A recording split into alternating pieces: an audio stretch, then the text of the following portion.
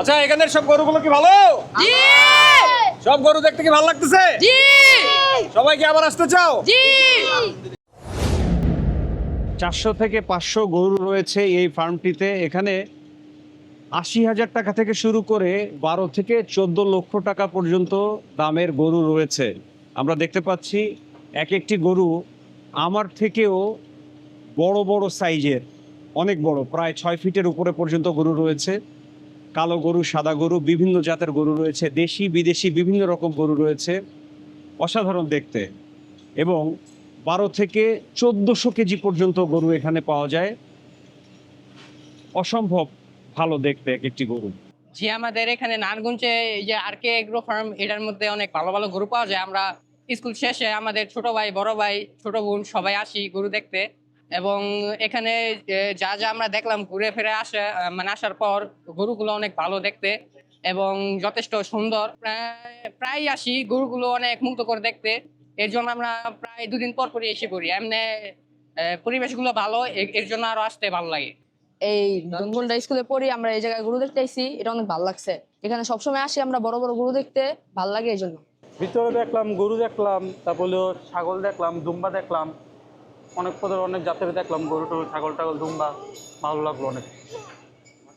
কোরবানির ঈদকে কেন্দ্র করে সারা দেশে যেমন গরু ছাগলের হাট জমজমাট শুরু হয়েছে, ঠিক তেমনি খামারগুলোতেও শুরু হয়েছে গরু ছাগল বিক্রির রমরমা ব্যবসা। নারায়ণগঞ্জেও হাটগুলোর পাশাপাশি খামারগুলো বেশ চাঙ্গা হয়েছে। আর কে এগ্রো ফার্মও হাটগুলোর সাথে তাল মিলিয়ে তাদের গরু ছাগল বিক্রি খুব চমৎকারভাবে শুরু করে দিয়েছে। আরডিএক্স, এভারেস্ট, টাইসন, থান কিংবা এস্টার বয় থেকে শুরু করে ভুট্টি গরু যেমন নাম করেছে, সাথে সাথে ছাগল দুম্বাও বিক্রি হচ্ছে সমান তালে। কোরবানির ঈদকে ঘিরে আরকের খামার ব্যবসায়ীরা খুব ব্যস্ত সময় পার করছেন। 4 থেকে 500 গরু তারা প্রস্তুত করেছেন কোরবানির ঈদকে সামনে রেখে, এবং শত শত ক্রেতারা প্রতিদিন আসা যাওয়া করছেন খামারে এবং তারা দরদাম করছেন এখানে এসে। আপনিও হাতে সময় থাকলে চট করে এসে দেখে যেতে পারেন এখানের সব চমৎকার চমৎকার আকর্ষণীয় গরু, ছাগল, ভেড়া এবং মহিষগুলোকে। এবছর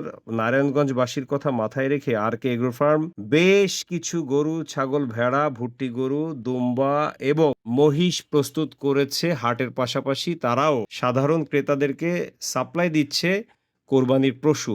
খামার থেকে পশু কিনলে অনেকটা নিশ্চিত থাকা যায়, পশুর পরিচর্যা কেমন হয়েছে সেটা দেখা যায় স্বচক্ষে। আবার অনেকে কোরবানির আগ পর্যন্ত খামারেই তাদের পশু রেখে লালন পালনের সুবিধাও গ্রহণ করতে পারেন। কোনো ঝামেলা নেই বললেই চলে, এবং চোখের সামনেই দেখা যায় তাদের পশু কেমনভাবে লালন পালন করছে। আমরা দেখতে পাই, আমরা হাটের যে গরুগুলো আসে বা যেই সব পশুগুলো আসে কোরবানির জন্য, আমরা জেলার বিভিন্ন দেশের বিভিন্ন জেলা থেকে কিন্তু আসে। তো সেইখানে কিন্তু আমরা আসলে জানি না যে তাদেরকে স্টেরয়েড খাওয়ানো হয়েছে কিনা বা ক্ষতিকর কোনো মেডিসিন খাওয়ায় মানে করে তারপরে হাটে নিয়ে আসা হয়েছে কিনা।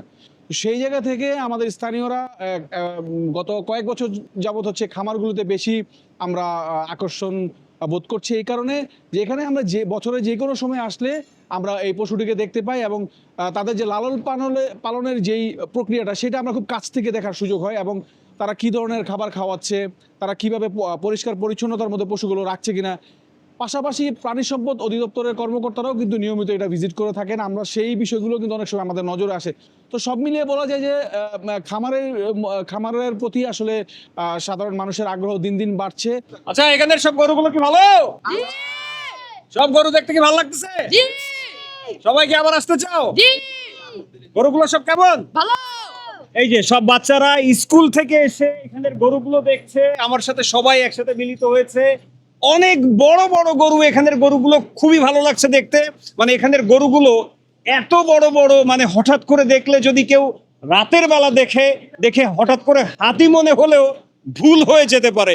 এত বড় বড় গরু দেখলে হঠাৎ করে হাতি মনে হতে পারে, নাকি কি বলে? তো আপনারা যদি নারায়ণগঞ্জে আসেন, এই আর কে এগ্রোতে আসবেন, আপনারা গরুগুলো দেখবেন, আশা করি আপনাদের অনেক ভালো লাগে। কি বলো তোমরা? জি। ওকে দর্শক, তো আজ এই নারায়ণগঞ্জের এই আর কে এই এগ্রো ফার্ম থেকে বিদায় নিচ্ছি। পরবর্তীতে অন্য কোথাও নতুন কোনো ভিডিও নিয়ে, নতুন কোনো ভাইরাল স্পেস নিয়ে আপনাদের সামনে আবার আমি খন্দকার সোহান হাজির হব। আজ এখান থেকে বিদায় নিচ্ছি, সবাই কাছ থেকে বিদায় নিচ্ছি। সবাই একসাথে বলি আল্লাহ হাফেজ।